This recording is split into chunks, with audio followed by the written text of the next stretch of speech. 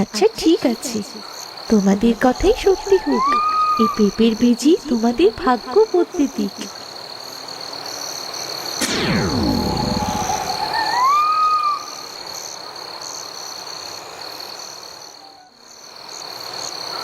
আরে সবুজ পরি, আজ রাতে আমরা নিচের গ্রামে নামি না। সারা জীবনে তো পরিরাজ্যই কাটিয়ে দিলাম, নিচে গিয়ে একটু মানুষের রাজ্যটা ঘুরে দেখবো। হ্যাঁ নীলপরি, শুনেছি মানুষের রাজ্যটা নাকি অনেক সুন্দর। নিচে দেখো, গাছের ডাল, নদীর ধার, কত সুন্দর। আহ, আমি এসব মাটির গন্ধে নামবো না। তোমাদের যেতে হয় তোমরা যাও, আর আমায় ময়লাতে নয়, সোনার মধ্যেই মানায়। আমি সূর্যের আলো থেকে জন্মেছি, আমি সবচেয়ে উজ্জ্বল। সোনালি পরি, এত অহংকার করা ভালো নয়। অহংকার করলে কিন্তু একদিন আলো নিভে যায়। আমার আলো কোনো দিন নিভবে না। আমার কাছে এত আলো আছে যেটা আমি গোটা পৃথিবীটাকে ঝলমল করতে পারবো। সোনালি পরি, একটা কথা সব সময় মাথায় রেখো, অহংকারই পতনের মূল। আচ্ছা, আর জ্ঞান দিও না তো। চলো, আমিও যাচ্ছি তোমাদের সঙ্গে।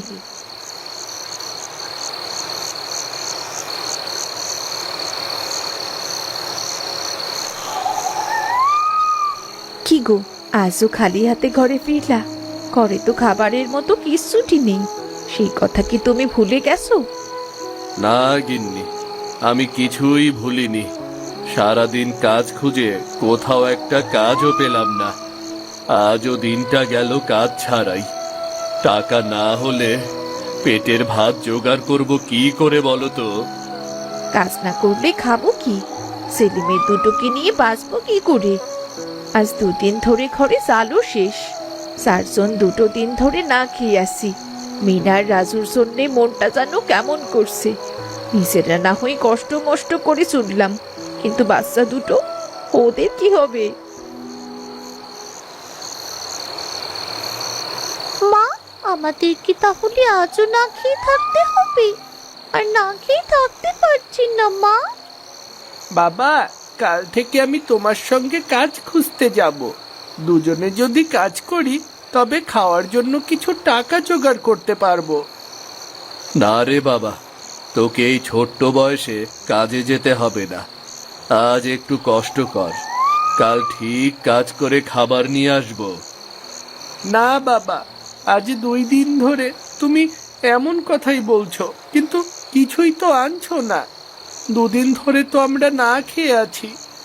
কাল আমি তোমার সাথে কাজে না গেলে আমি একাই কাজ করতে চলে যাব। না বাবা, তুই ছোট মানুষ, তুই কোথায় কাজ খুঁজতে যাবি? আর তোকে কেউ কাজও দেবে না। তাছাড়া এখন মাঠে কাদা, কাজও তেমন নেই। আমি কথা দিচ্ছি, কাল একটা না একটা ব্যবস্থা ঠিক করব, বুঝলি?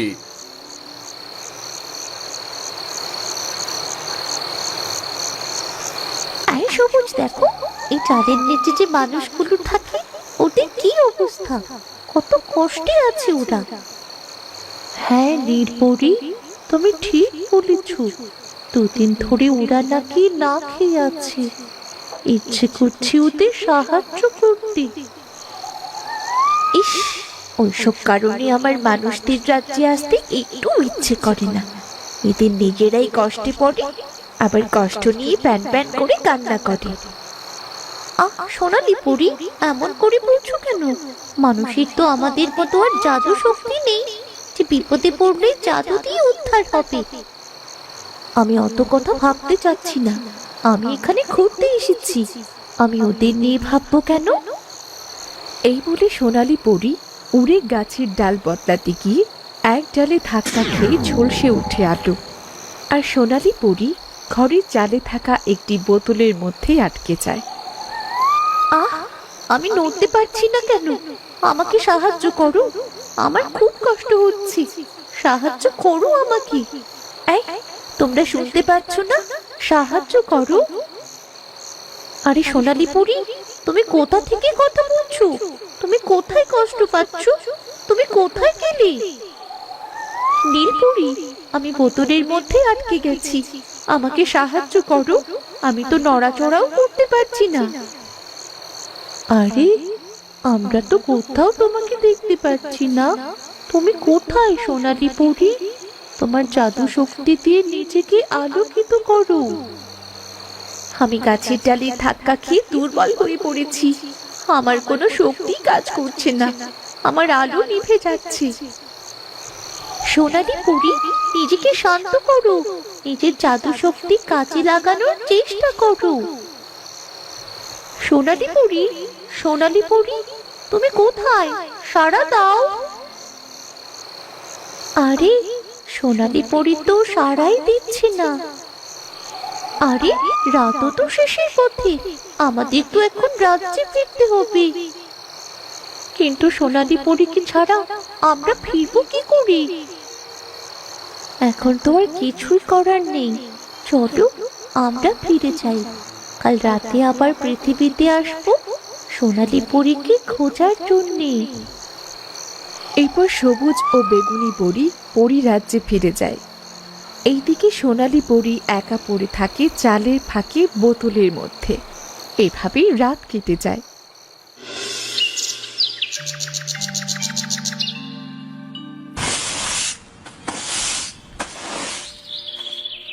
সকাল হয়ে গেছে তো, ছেলে মেয়ে দুটো ওঠার আগে ওদের বাবাকে ডেকে তুলি। বাইরে গিয়ে গাছ পেড়ে কিছু খাবার আনতে হবে। ছেলে মেয়ে দুটো ঘুম থেকে উঠলে খাবারের জন্যে পাগল হয়ে যাবে।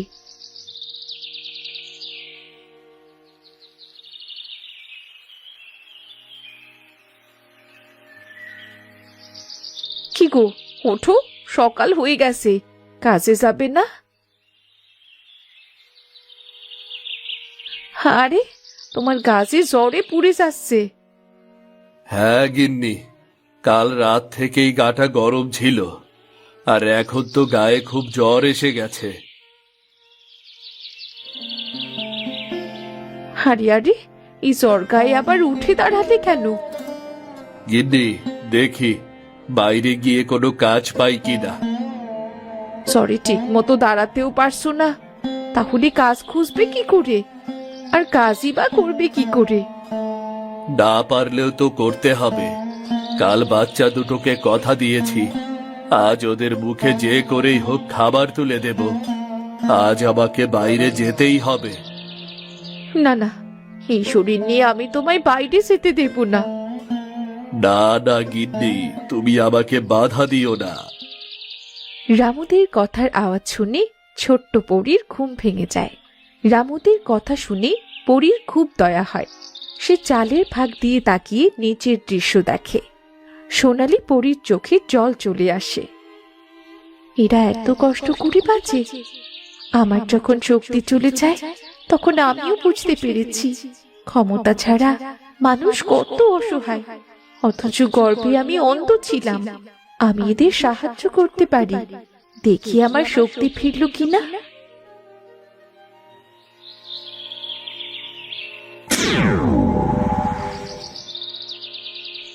গিন্নি, আমাকে নিয়ে চিন্তা করো না, আমি আস্তে আস্তে গিয়ে দেখি কিছু পাই কিনা।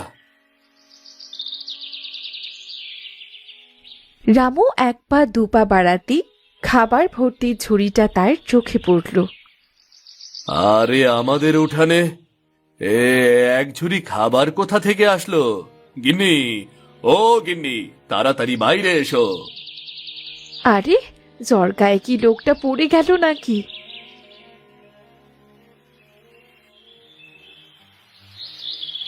কি গো, কি হয়েছে? অমন করে চিৎকার কেন করলে?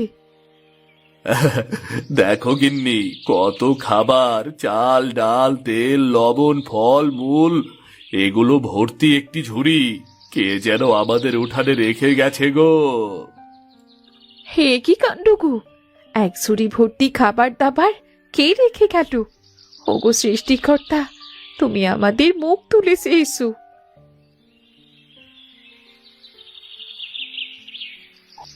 আরে মা, কতগুলো খাবার! আজ আমি পেট ভরে খাবার খাবো। কি মজা, কি মজা! মা, এত খাবার কোথায় পেলি? জানি না রে মা, কে যেন রেখে গেছে। মা, মনে হয় পড়ি এসে আমাদের কষ্ট দেখে ঝুড়ি ভরে খাবারগুলো রেখে গেছে। তোর পাগল, পড়ে আসবে কোথা থেকে? গিন্নি, কথা বাদ দিয়ে আগে ঘরে চলো। খাবার দেখে তো খিদে 10 গুণ বেড়ে গেল।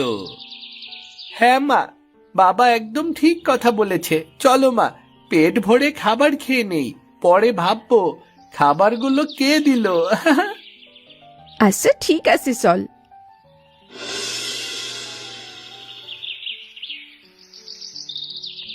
কই গো তোমরা? আমার রান্না বান্না হয়ে গেছে, তাড়াতাড়ি খেতে এসো।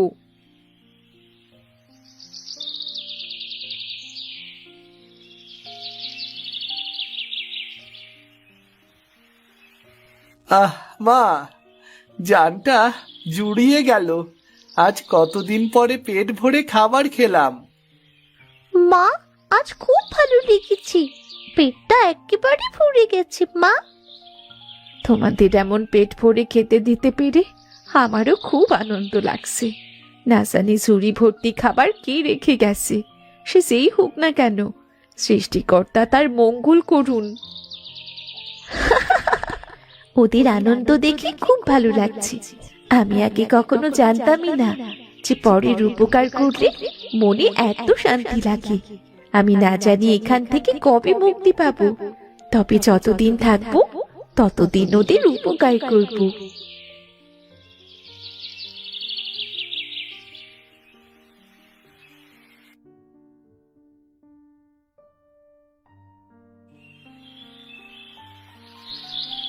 মিনা, রাজু, নে পাকা পেঁপে খা। আরে মা, পেট তো ভরে আছে, আবার পেঁপে কোথায় রাখবো? আরে বাবা, খা। আজ সৃষ্টিকর্তা আমাদের পেট ভরে খেতে দিয়েছে। খা বাবা, খা খা। হ্যাঁ রে রাজু, পাকা পেঁপে খেতে খুব মজা লাগে। হোগো, আমাদের উঠোনটা পড়েই তো থাকে, চলো না এই পাকা পেঁপের বীজগুলো সারা উঠোনে পুঁতে দিই। গিন্নি, কথাটা তুমি মন্দ বলনি।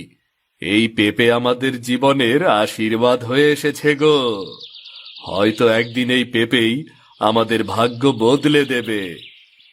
কিন্তু বাবা, এই বীজ থেকে কবে চারা বের হবে, আর কবেই বা আমাদের ভাগ্য বদলাবে? হবে হবে, নির্দিষ্ট সময়ে সব হবে। আগে আমরা বীজ তো লাগাই। মিনা, যা রান্নাঘর থেকে পেঁপের বীজগুলো নিয়ে আয়।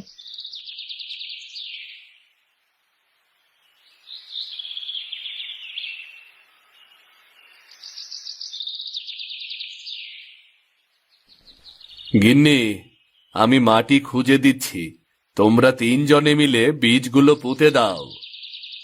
আচ্ছা ঠিক আছে, চল রাজু, মিনা। মা, আমি পানি নিয়ে আসি। আচ্ছা ঠিক আছে।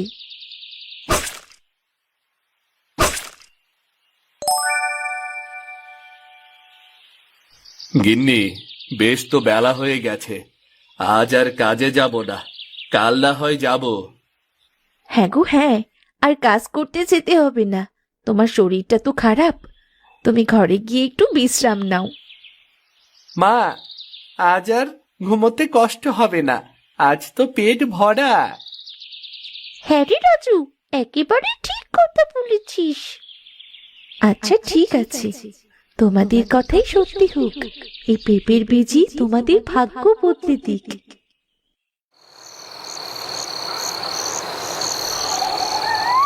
আচ্ছা ঠিক আছে, তোমাদের কথাই সত্যি হোক, এই পেঁপের বীজই তোমাদের ভাগ্য বদলে দিক।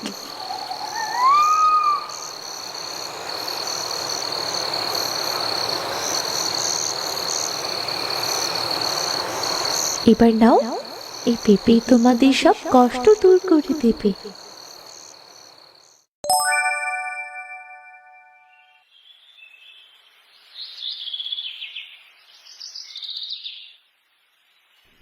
কই গো, কোথায় গেলে তোমরা? শিগগিরই বাইরে বেরিয়ে এসো।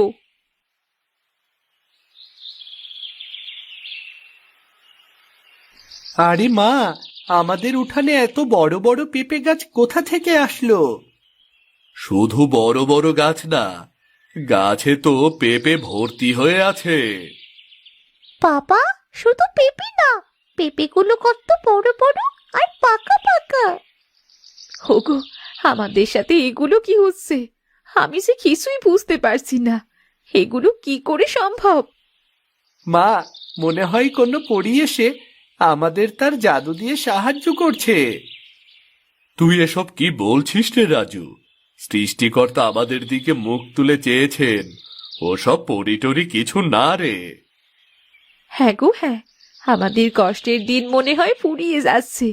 এই পেঁপে বিক্রি করে আমাদের সব কষ্ট দূর হয়ে যাবে। হ্যাঁ গিন্নি, পাকা পেঁপে বাজারে অনেক দামে বিক্রি হয়।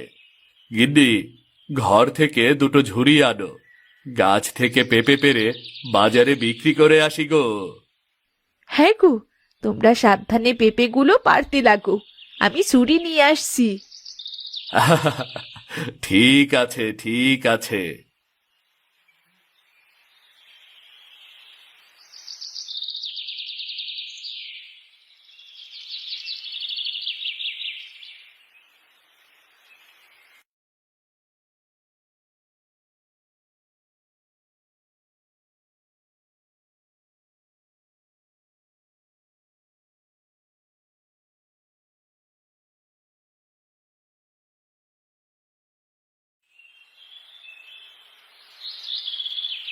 বিনা, রাজু, পেঁপে বিক্রি করে তোদের জন্য কি কি আনবো বলতো? বাবা, আমাদের জন্য মজার মজার খাবার আনবে। বাবা, মাংস কিনে আনবি, কতদিন হয়ে গেল মাংস খাই না।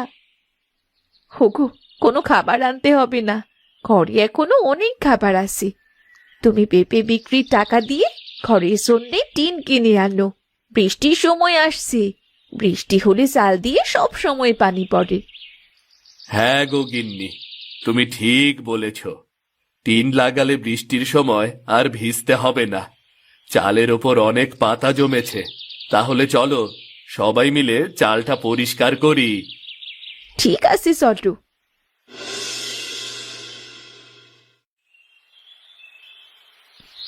এই অংশটা বারবার চুইয়ে পড়ে, আগে টিন এনে এই দিকটা ঠিক করে দিতে হবে। বাবা, আমি হালকা, আমি চালের উপর সহজেই উঠতে পারবো। হ্যাঁ, তা ঠিক। যা তাহলে, তুই ওঠ চালের ওপরে, সাবধানে যাস কিন্তু।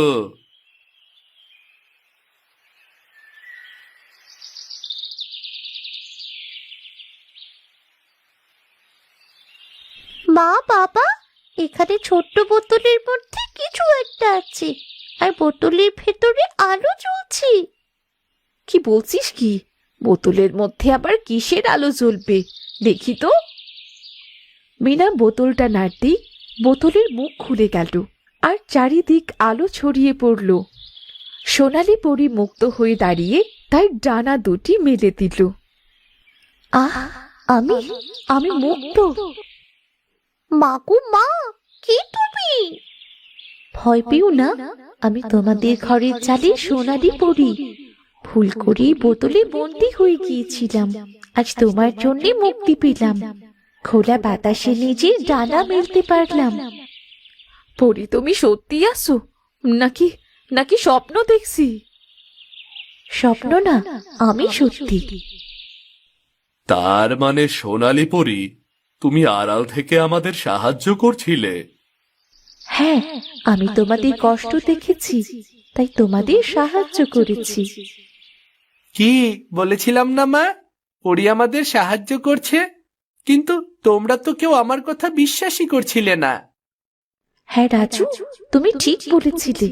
শোনো, এখন থেকে তোমাদের ঘরে আর কোনো অভাব আসবে না। তোমাদের পরিশ্রমে তোমাদের জীবন আলোকিত হবে, আর এই পেঁপে গাছগুলো সারা জীবন তোমাদের সাহায্য করবে। এই গাছের পেঁপে কখনো শেষ হবে না। সোনালি পরী, আমরা তোমার এই দয়া কোনো দিনও ভুলবো না। মনে রেখো, অহংকার আলোকে নিভিয়ে দেয়, আর ভালোবাসা আলোকে চিরকাল জ্বালিয়ে রাখে। সবসময় অসহায়কে সাহায্য করবে। আজ আমি আসি তবে। সোনালি পরী হাসে। আর তারপর ধীরে ধীরে উড়ে চলে যায়। চালের উপর এক টুকরো সোনালি আলো রয়ে যায়, যা চাঁদের আলোয় ঝিকিমিকি করে। গাছের পেঁপে বিক্রি করে রামুদের সব অভাব দূর হয়ে যায়, আর এরপর থেকে রামুরা সুখে শান্তিতে বসবাস করতে থাকে।